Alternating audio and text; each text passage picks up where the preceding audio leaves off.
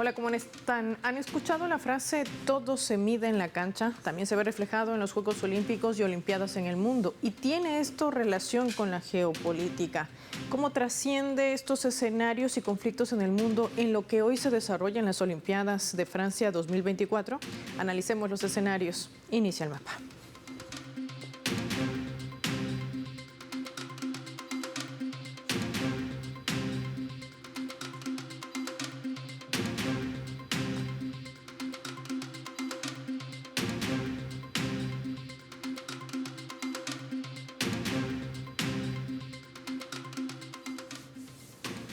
Despleguemos nuestro mapa y revisemos algo de historia. Juegos Olímpicos, un escenario geopolítico. Vamos a identificar en nuestro mapa mundi, por supuesto, el logotipo de estas Olimpiadas. Desde que se iniciaron estos Juegos Olímpicos modernos en Atenas del año 1896 hasta la fecha con París 2024, los hechos políticos del mundo han influenciado en la organización de este evento. Al principio, el nacionalismo y las acciones independentistas de Grecia del Imperio Otomano impregnó la iniciativa deportiva. Se ha cuestionado el carácter elitista, pues han participado en esa organización monarquías, condes, reyes y súbditos, promoviendo la exclusión en los Juegos. Los Olímpicos se vieron afectados en esa oportunidad por la Primera Guerra Mundial. Países como Alemania, Austria, Hungría y Turquía, derrotados en el conflicto bélico, no fueron invitados al encuentro en Bélgica del año 1920. Otro dato para sumar, las consecuencias de la Guerra Fría también llegaban a las Olimpiadas. La opinión pública evidenciaba en esa rivalidad del medallero entre Estados Unidos y la Unión Soviética. Hubo países como España que no querían participar en protesta a los conflictos bélicos con Hungría. Ya el año 1980, por ejemplo, en las Olimpiadas de Moscú, la cual referimos en la fotografía, cerca de 60 países decidieron no mandar a sus atletas, una especie de boicot por línea directa bajo una directriz de Estados Unidos, que disputaba en aquel entonces el control de Afganistán. Centrémonos en lo que pasa en Francia 2024. No escapa de la realidad mundial. En dichos Juegos se prohíbe el uso del hijab para los atletas que van a competir justamente en este epicentro deportivo. El Comité Olímpico Internacional ha vetado a Rusia y Bielorrusia de participar en estos Juegos por el despliegue de su operación especial en Ucrania, aludiendo que Moscú estaría violando la Carta Olímpica al anexionarse las regiones de Donetsk, Kherson, Lugansk y Zaporilla y absorber así las organizaciones deportivas de sus territorios. En este sentido, este Comité Olímpico Internacional creaba una categoría de atletas individuales, neutrales, así los calificó, para agrupar a los deportistas rusos y bielorrusos que compiten sin bandera ni himno de sus países de origen, sino bajo unos íconos supuestamente neutrales, impuestos, por supuesto, por esta organización, dirigidos a la participación, por supuesto, también de Israel, cuyos atletas compiten sin restricciones, a pesar del genocidio que emprenden contra el pueblo palestino. Hay que decir también que en medio de este escenario, si hablamos de condiciones deportivas, Israel ya ha masacrado a más de 400 deportistas, sin sumarle los 39,000 ciudadanos civiles que también mató a lo largo de estos meses. Hay que decir también que todo esto confluye en esas disputas geopolíticas que vamos a analizar en distintos escenarios hoy en el mapa. Bienvenidos.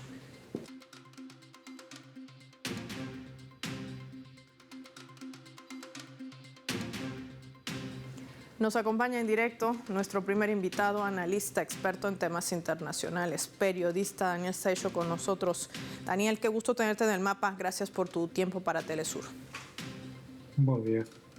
Es interesante ver cómo en el transcurrir de los años, en el desarrollo de estos Juegos Olímpicos y sobre todo de sus organizadores, siempre ponen en tela de juicio esas rivalidades geopolíticas. También se trasladan al terreno deportivo y esto también de alguna manera desnudan esos intereses por detrás. ¿Qué decir para poder entender cómo confluyen estas realidades en medio también del surgimiento de un mundo multipolar? Bien, tenemos que tener en cuenta que el actual formato de las Olimpiadas no ha sido siempre el formato hegemónico. Han existido otros intentos de tener una visión diferente de los deportes, de la competición deportiva, y el gran ejemplo quizá lo podemos encontrar en 1936, cuando en Barcelona se intentan organizar las Olimpiadas populares, una forma de entender el deporte más sana, más conectada con el mundo obrero, con las clases populares, en contraposición a los Juegos Olímpicos que por aquel entonces iban a organizar en Berlín por medio de la Alemania nazi. Una vez superada la Segunda Guerra Mundial, pues parece que el actual formato de las Olimpiadas se instauró como indiscutible. La rivalidad entre la Unión Soviética y Estados Unidos se dirimía muchas veces en el campo deportivo. Esto nos ha acompañado hasta el día de hoy. La decisión de no dejar participar a Rusia tras una operación especial que sin lugar a dudas no ha sido la única que hemos visto en todos estos años en los que se han desarrollado Olimpiadas, pues ha sido totalmente parcial. Tenemos que tener claro que actualmente las decisiones del Comité Olímpico siguen siendo las decisiones de los países occidentales del entorno OTAN y siempre capitaneados por Washington. Por tanto, no estamos hablando de una competición limpia, de una competición equitativa, sino que de principio, de partida, la competición parte adulterada, dado que los países que toman las decisiones para cómo se organizan, los que ponen las reglas, al fin y al cabo, son los de siempre, los mismos países que toman las decisiones en el ámbito económico, en el ámbito geopolítico, y quizá esos BRICS, ese mundo multipolar al que estabas haciendo mención, tenga que romper las reglas, no solo del deporte, sino también de las redes sociales, de la cultura. Tenemos que crear un mundo nuevo y, ¿por qué no?, volver la mirada atrás y pensar en esas Olimpiadas populares podría ser un buen punto de partida. Daniel, y también es interesante cómo se trata de utilizar esto para crear quizás lo que se denomina una guerra cognitiva, imponer en la narrativa de la comunidad internacional que siguen siendo ellas las potencias dominantes y ganadoras en el mundo, lo que no ha sido evidenciado también pese a esta desigualdad y no inclusión en medio de estas disciplinas. Por ejemplo, Mijaín López, el luchador grecorromano, ha logrado su quinta medalla olímpica de oro de Cuba, un país bloqueado por Estados Unidos. Este también es un mensaje potente, sumado a otros atletas, por ejemplo, del sur global, de países africanos, que también han defendido lo suyo, pese a esa dominación colonialista y neocolonialista, hay que decir, que tratan de implementar también en esa parte del mundo. Sin lugar a dudas, esta semana a mí me costaba mucho encontrar artículos deportivos que se pararan con la paciencia suficiente que merece ese gran triunfo del gigante Mijaín López. Pero claro, hay que tener en cuenta que un deportista, que además de ser el mejor deportista de las Olimpiadas, es también miembro del Partido Comunista Cubano, pues no vende mucho, no es la imagen que se quiere trasladar en este mal llamado Occidente colectivo. Tenemos que poner, por ejemplo, que este deportista cubano ha tenido que competir con otros deportistas cubanos que lo hacían bajo otras banderas. Tenemos que tener claro que el mercadeo del deporte, muchas veces esas transacciones de deportistas que no son criados en las escuelas de los diferentes países por los que compiten, sino que son casi reclutados a golpe de talonario, muchas veces con la geopolítica de por medio, nos dibuja un panorama en el que parece que el espíritu deportivo no es lo que prima. Los deportistas del sur global en muchas ocasiones tienen que competir en situaciones de desigualdad absoluta, pero además tienen que sufrir cómo los países del norte intentan reclutar, fruto de políticas claramente colonialistas, el talento de sus deportes para competir precisamente contra ellos.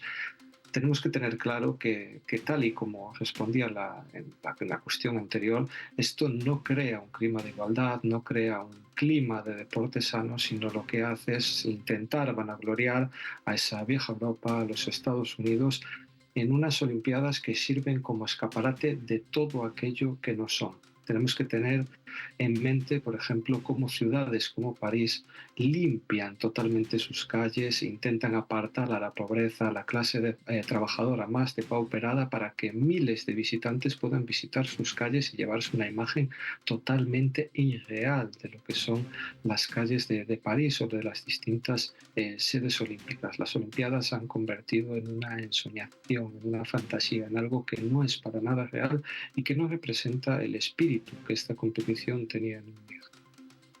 Además, una Francia que ha fracasado justamente, como dice Daniel Seixo, en tratar de imponer una imagen de ser una ciudad pacificadora, al contrario, totalmente racista, xenófoba y que ha emprendido también a través de plataformas digitales allí la peligrosidad, esos mensajes de odio, de discriminación contra esta población migrante que es bastante grande en ese país. En vez de resolver las situaciones y los conflictos reales, esas son las medidas a las que recurre Occidente, que sigue financiando además las guerras en el mundo. Pregúntenle sino a Zelensky cuánto ha recibido de Francia y cuánto más pretende recibir para mantener latente ese conflicto a la cabeza de Estados Unidos. Agradecer a Daniel Seixo por su tiempo y su análisis. Marquemos una pausa revisando nuestra escala.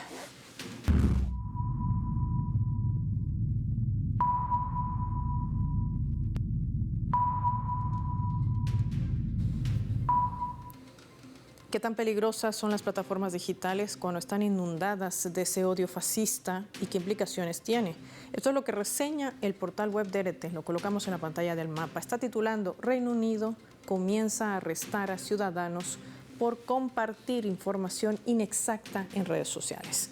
Ya el jueves una mujer había sido detenida por la policía en Chelsea, en Reino Unido, después de haber compartido en las redes sociales una publicación que contenía información inexacta sobre la identidad de un sospechoso del asesinato de 3 niñas que fueron apuñaladas durante una clase de baile en la localidad inglesa de Stockport. Un crimen que provocó una ola de violencia en ese país. La mujer de 55 años fue puesta bajo custodia en relación con la sospecha de haber publicado material escrito con el fin de fomentar el odio racial y las comunicaciones falsas.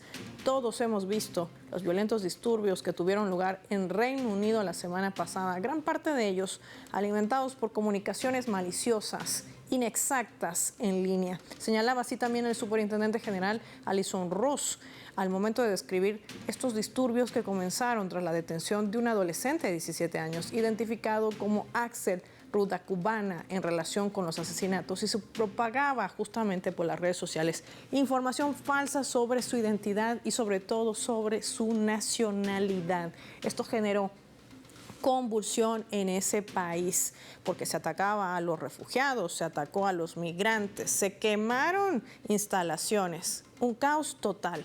La policía actuó de manera violenta, se reprimió a la población, pero todo esto se hizo bajo el beneplácito también de toda una comunidad internacional. Hay sanciones hoy por quienes comparten información falsa, por quienes comparten información inexacta, y así opera también el mundo a través de estas plataformas digitales. Ya volvemos.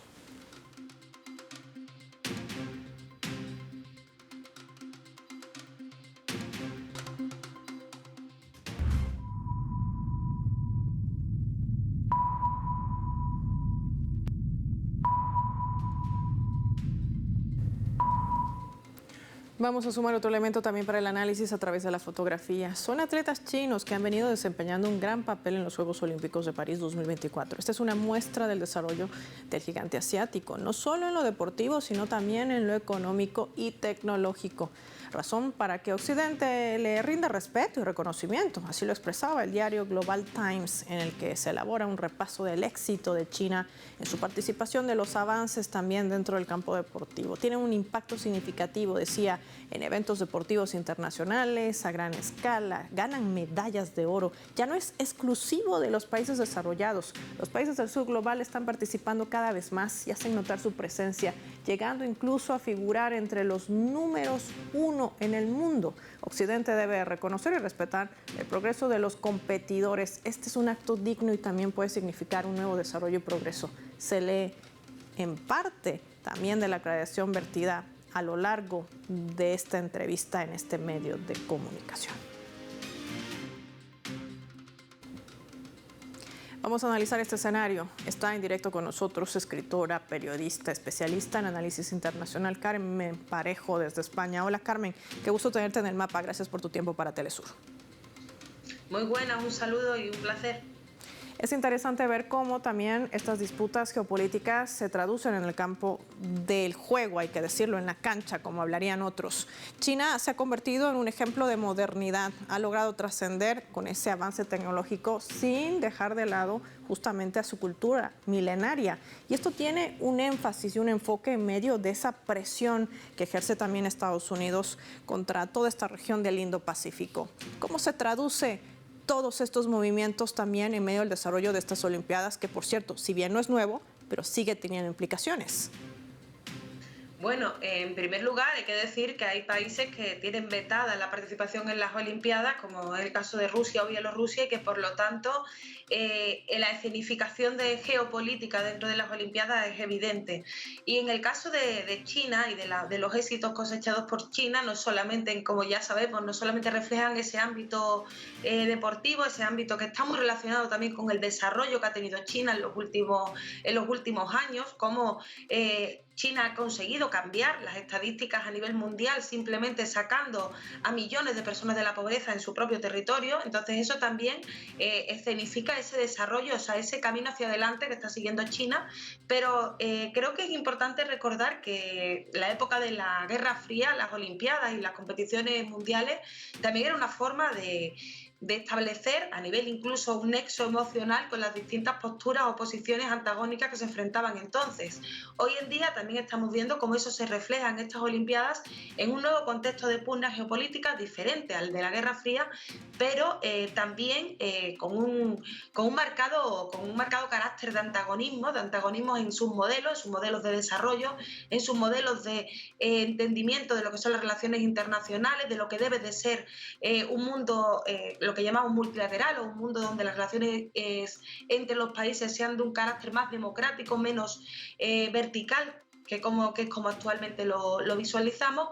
Y en ese caso creo que las victorias de China también se entienden, y insisto, desde esa perspectiva más subjetiva, más desde ese valor también emocional, como una victoria de ese nuevo mundo que están haciendo. Historia de un nuevo mundo que están haciendo, quizás por esto también, y te pregunto, Carmen, Estados Unidos se esté apresurando a escalar un conflicto, por ejemplo, en la región de Oriente Medio, no solamente por el boicot que le hace ya durante años a una Rusia que no ha dejado de recibir ganancias por la venta de su petróleo y también por la venta de su gas. Esto confluye también en los nuevos escenarios. ¿Qué esperar de aquí a un futuro? Bueno, lo que estamos viendo es un ciervo herido y como sabemos los ciervos heridos son cuando se vuelven más agresivos. Desgraciadamente creo que el escenario que estamos viendo a nivel general, lo hemos visto en Ucrania, también en Asia Occidental, también en las amenazas o en las presiones o en las tensiones que se tratan de crear también en torno a China, por ejemplo en el caso de Taiwán. Igualmente en el escenario de América Latina, muy reciente tenemos las elecciones de Venezuela y todo lo que se ha generado alrededor de esos comicios, y lo que estamos viendo es precisamente ese ciervo herido en su versión más violenta, tratando de conseguir por la fuerza lo que la historia le está negando, que es mantener por más tiempo ese mundo unipolar, porque simplemente es que incluso el propio capitalismo ha generado las condiciones para la propia destrucción de ese modelo imperialista.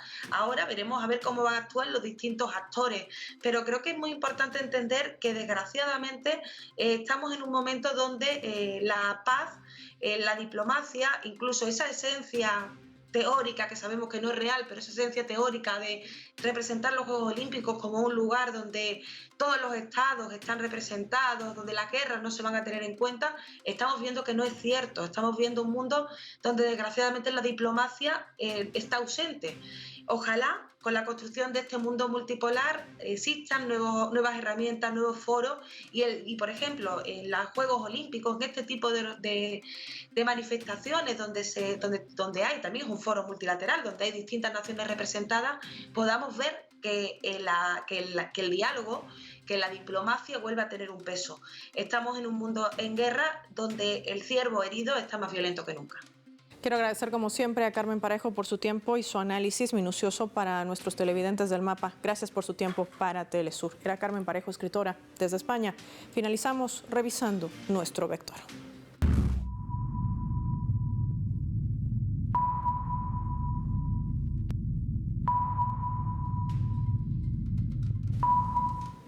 Nuestro radar en el mapa hoy nos refleja las 3 claves sobre este tema. 1. Sport washing. Los Juegos Olímpicos de este 2024 han permitido el sport washing de Israel ante el mundo, pudiendo competir como un estado más, pese a que mientras sus atletas están pisando esa pista, sus soldados siguen masacrando a civiles, más de 39.000, en los cuales más de 18.000 son niños en la Franja de Gaza. Es más, algunos de estos soldados son también atletas. La vara de medir es muy diversa a la hora de decirle a los países que no podrán jugar. Un panorama que ha tenido contemplaciones, sin embargo, contrarias con Rusia, y tampoco ha permitido la participación abierta de los palestinos. 2. China y el sur global. El desempeño registrado por los atletas de los países que más presión reciben ha sido ejemplarizadora. Cuba, un país bloqueado que ha logrado en la lucha grecorromana la medalla de oro con Mijaín López, enviando un mensaje potente al mundo, al igual que la precisión de deportistas chinos que han ganado sucesivas medallas de oro en natación, tenis y otros deportes que fueron dominados por años y en gran medida por Occidente en el pasado. Esto representa la mejora general del nivel deportivo competitivo del gigante asiático, y no solamente en lo económico, en lo tecnológico y lo militar. 3. Redes sociales. La extrema derecha sigue aplicando a través de las redes sociales y apps, usando estas plataformas como un arma cognitiva para presionar y distorsionar las realidades y generar mensajes de odio. Son usadas también para cometer ilícitos que, como el caso de Venezuela, han servido para generar focos de violencia, tratando de desestabilizar al país en un plan de golpe de Estado para intentar desconocer los resultados del pasado 28 de julio, que dio la reelección del presidente Nicolás Maduro para otros 6 años más. Un panorama que también confluye en esas disputas geopolíticas que se traducen en el terreno deportivo. Soy Paola Pérez y nos vemos en otra edición del Mapa.